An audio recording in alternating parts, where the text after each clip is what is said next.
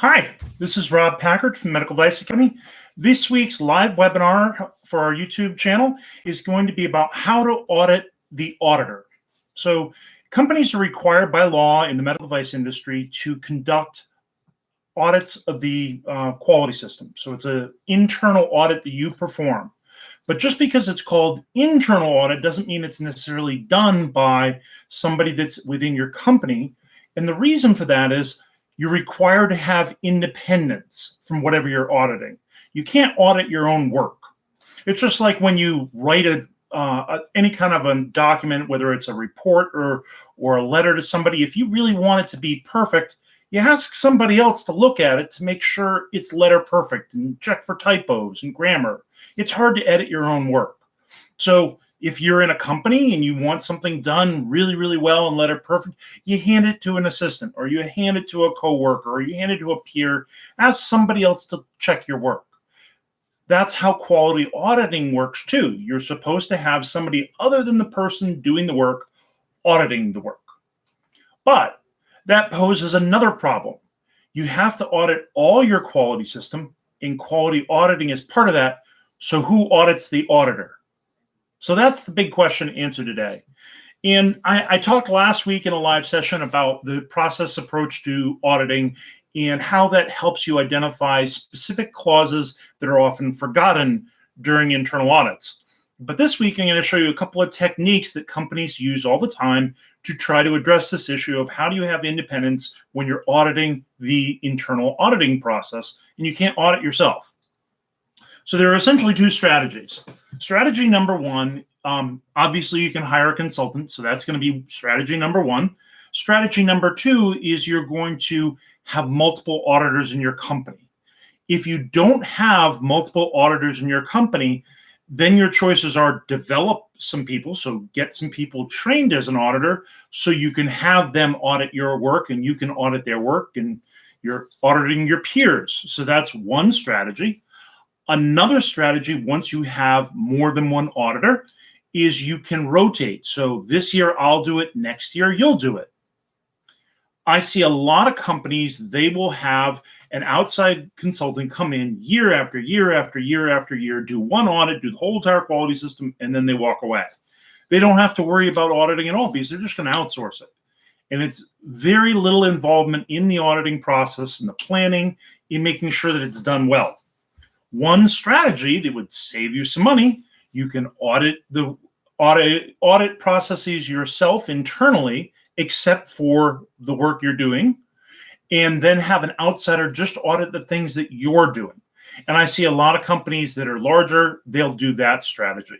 They'll have an outside auditor just come in and audit the things that maybe the quality department can't do, or at least the things that they have trouble coordinating because they just don't have enough people capable of auditing that area. They don't have the qualifications, they don't have the training, they don't understand the process well, or we just have too many conflicts of interest because that same person is already working on that project in some way.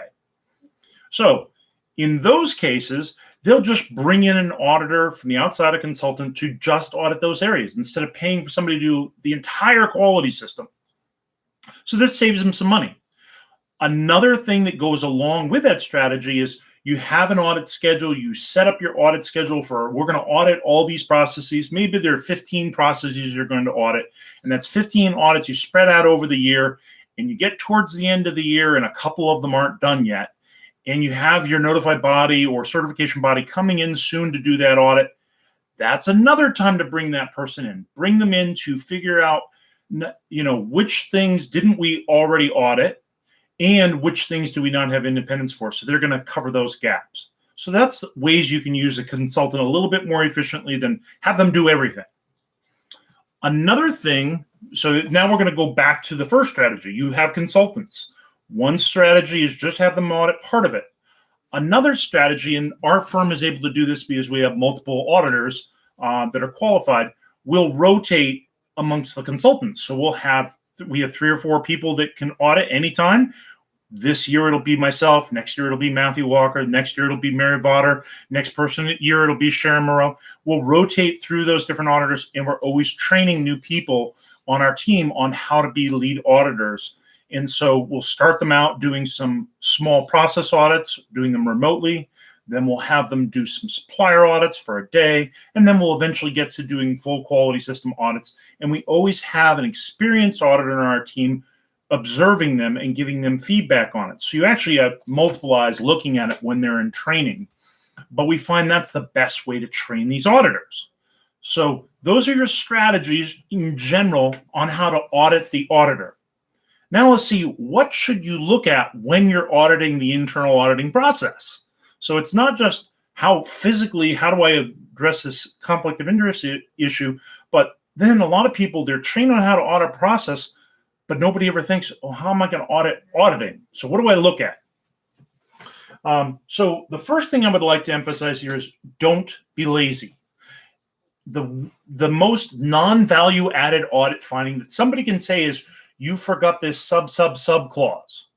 Okay, so I forgot 7.5.9.10, but I remembered everything else. Audits are just supposed to be a sampling. And what I see throughout the entire industry is certification bodies hunt for the one sub clause that you forgot and write up a nonconformity of that and say your entire quality system is at risk because you forgot this one clause, and your internal audits are inadequate because you forgot this one sub clause. Well, that's not really adding any value. It's one step above a typo. So let's think about how are we going to audit the auditing process and really add value. And at the same time, I'll teach you a trick to avoid the lazy auditors out there, because they still exist. I can't get rid of them, but I can at least give you a heads up on this is how to avoid them at best. So here's what I would do. Number one, you want to do the process approach to auditing. So if you're not sure what that is, look at last week's video and I'll walk you through it. But step one, you are interviewing somebody, probably the audit program manager, and you ask them, please describe your audit program. And then what are the inputs to that audit program? Maybe you have an audit schedule for the year. That would be a big thing. So we're looking at the schedule for the year. I know you can't read my handwriting, but that's what I wrote, schedule. So that's step two. Step three, we're going to have reports. What are the outputs of the audit process? We're going to have audit reports. So that's key. What are we going to have as resources we need for this? And we're talking physical and computer. Probably you might have an electronic quality system and you might have software over here. But that might be about it for step four. For most auditing processes, there's not much more. But then you have a lot of people. So this is what people are involved in the process.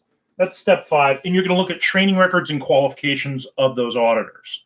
You want to not only look for their qualifications as an auditor, but you want to look for their qualifications of auditing what they're responsible for. So if you're auditing design, have you ever been trained in design? Have you been trained on risk management? Have you been trained on usability? If you're auditing software, do you know what IEC 62304 is? If you don't, you're going to have a hard time auditing that process. If you are auditing a supplier that makes printed circuit board assemblies, it would be helpful if you had an idea of what a VIO was, or a lead is, or a solder pad, or knew what solder masking was. It would be help if you knew what reels were. These are all important things if you're going to go into that kind of company. What's an ICT fixture? What's a functional test? What's X-ray detection used for? What's flow-through soldering all about, and how does that work? If you don't know these things, what are you doing going and auditing that supplier? You're going to ask stupid questions that add no value. So don't be lazy and just ask stupid yes/no questions. Yes, you have one. Oh, that's great. I'll check the box and we'll give you your audit report. Let's do useful audits and send people that know what they're doing. The next thing is step 6. We ask what processes and procedures. So this is where you ask, what's your internal audit procedure? And can I see it and review it and make sure it meets the minimum requirements in clause 8.2.4 or let's see, it's 820.22.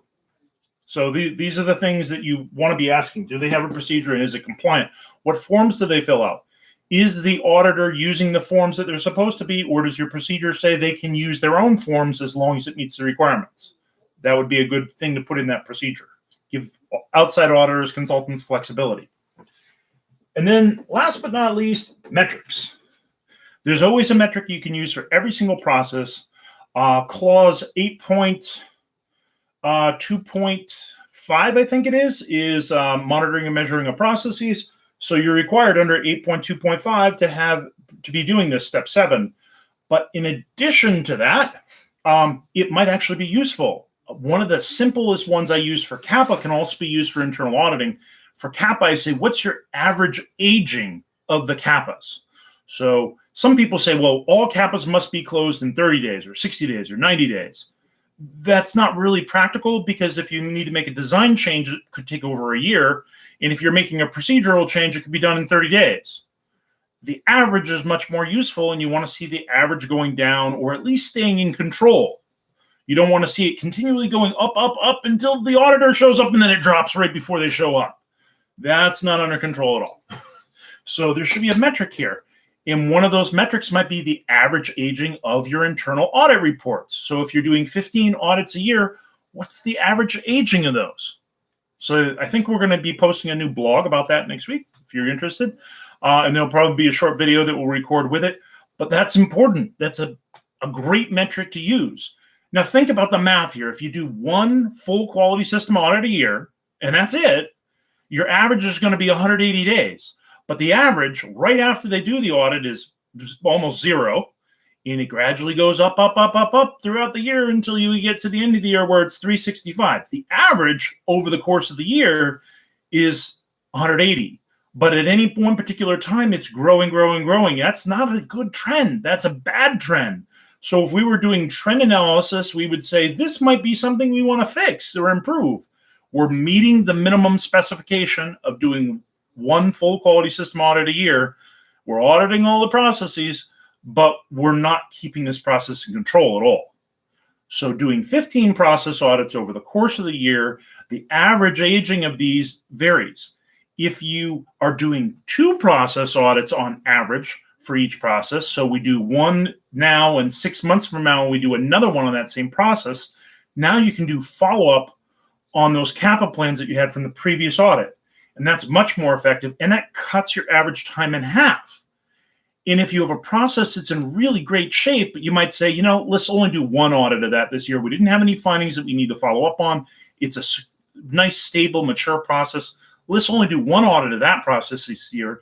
And this other process that's not working very well at all, and we have all kinds of problems with, let's audit that 3 times. So you can adjust this, but still keep your average in a bandwidth of, between this many days and that many days is a much more effective way of managing the internal audit process. And it gives you a quantitative metric that you can use and everybody can look at in the management team, say, oh, that's under control. And, oh, let's think about this. That process, that's working really well. Let's not audit that. This other process, we just made a major change with. We just installed a new piece of equipment. We just hired a new manager for that area. Let's audit them. Let's focus on the things that need the auditing. So remember, importance and results of previous audits, and whenever you have a change. And they don't mention that particular one, but the more you change, the more you want to do manager review, metrics, and internal audits as a way of monitoring the effectiveness of that process. And now I'm going to get at the part on don't be lazy. You're going to have auditors that come in to your facility and they're going to say, oop, you didn't audit this sub process. Come up with a simple checklist. Just go down every single clause that's in the table of contents. You don't even have to read the standard. Just grab all the clauses, make a list of them in a table. And then as an audit program manager, you say, oh, that clause was covered in this report on this page. This report on this page, this report on this page. If you have 15 different reports, some of them are going to get, some of those clauses like document control and record control get covered 15 times. Some of them get covered multiple times in a report. So you can, we've got enough evidence that we've covered that clause. Let's go on to a different clause. Once you get to 3 or 4 or 5 times it's been checked this year, right, we're probably pretty good. But for some of the other clauses, you can say, oh, we didn't cover that at all. We need to cover that. We didn't cover customer-owned property. We didn't cover calibration. We didn't cover process validation. We didn't cover service. You forgot, or the person was out or whatever. So whatever reason it didn't get covered, Before the end of the calendar year is up, before the auditor shows up, have somebody assigned to cover the gaps. And if you have a conflict of interest, you don't have independence to be auditing their own work, bring in somebody from outside. And just because you're bringing them in from the outside doesn't mean they're physically coming in your building. They can do a remote audit, and at least you've met the requirement. If you forgot about it, it probably wasn't out of control. It probably wasn't a problem. It wasn't your most important area. It wasn't an area where you had a bunch of nonconformities, or you would have already scheduled an audit for it as an effectiveness check. It's probably a process that's just fine, and the auditors just picking on you because they can without any effort. So you identify it before they do proactively and assign it as a desktop audit for somebody to do remotely and say, it was an area of low importance, but we saw we hadn't covered, so we had an outside auditor cover it, and we asked them to do a short interview over Zoom, and then we gave them the schedule by email, and we gave them the reports by email, and we sent them the procedure by email, and we told them we don't have any software that we use to manage the process. It's all paper-based, and we gave them the list of auditors and their training records and their qualifications. And we also remembered to add this consultant to the list and took their resume and added them as an approved supplier on our ASL. Don't forget to do that. Everybody does. Every single one of our clients, they have the auditor in their building, and then they ask us for it, even though we've given it to them 3 times. And then the last but not least, here's our metric for the internal auditing process. So those are sort of, in a nutshell, really fast. I mean, I know I'm really fast and I talk fast, but you have rewind. You can watch this again. Watch this video and take notes on how to audit the internal auditing process. And you can teach somebody how to do this. They don't have to be a lead auditor. You can delegate it to another person. That's okay. You can have it as part of their training. But the best would be to have somebody that's an experienced auditor coming in and making suggestions on how you can do this better, rather than just meeting the minimum requirements. So this is an opportunity for you to upgrade your internal audit process, bring in a pro, and have them show you how to do it. And there are lots of pros out there. We always are looking for people better than we are so we can learn from them. So you should do the same. Other things that I have here that the person should be looking at. So that you want to look for audit agendas. So that's another record they ought to be having as an output of the process, agendas. You have the audit reports, the qualifications and training. They look at all those. You want to verify that the auditors had independence of the area that they were looking at, so they weren't auditing their own work. You want to look for clause coverage, so that's where I use a clause traceability matrix, and so that's available from our company's website. If you go on there and buy our internal audit procedure, that's one of the auditor tools we sell. And then closure of audit findings. So this is why I took notes ahead of time. Closure of audit findings, it's one of the things we usually forget. It's the auditor is supposed to verify when they do an internal audit that any findings in the previous audit were closed. So if somebody already did an audit, a re-audit of that process, or there was some other kind of effectiveness check, that's okay, but document it was done. If it wasn't done, this is your opportunity to close it and do an effectiveness check. So make sure at a minimum, get a hold of the last audit report for that area, identify what the findings were, and close those findings. Or if they weren't closed, if they're still open, maybe they need to be escalated. Maybe now it's no longer a minor and now it's a major. So that's something really important that you need to do. And so that was the last thing I had on the list of things here that you need to cover. But I'll cover it one more time. If you're going to audit internal auditing, number one, you can bring in it. Let's say I bring in a consultant and I hire them. We're only going to do like a 90-minute session, and you're going to audit the internal audit process. Then you're going to write up your report. So I may be talking 2.5, 3 hours tops of consulting time. Not a lot of time. And what we're going to do with that auditor is they're going to ask whoever the auditors are or the audit program manager, describe your internal audit process. That's number one. Number two, what triggers the audits that you conduct? Well, our audit schedule. Number three, what are the records that are an output of the audit process? Those are our agendas and our reports, and maybe some notes too, from if the auditor takes notes and you keep those. Four, do you have any software tools that you're using? That might be a no, but you should ask.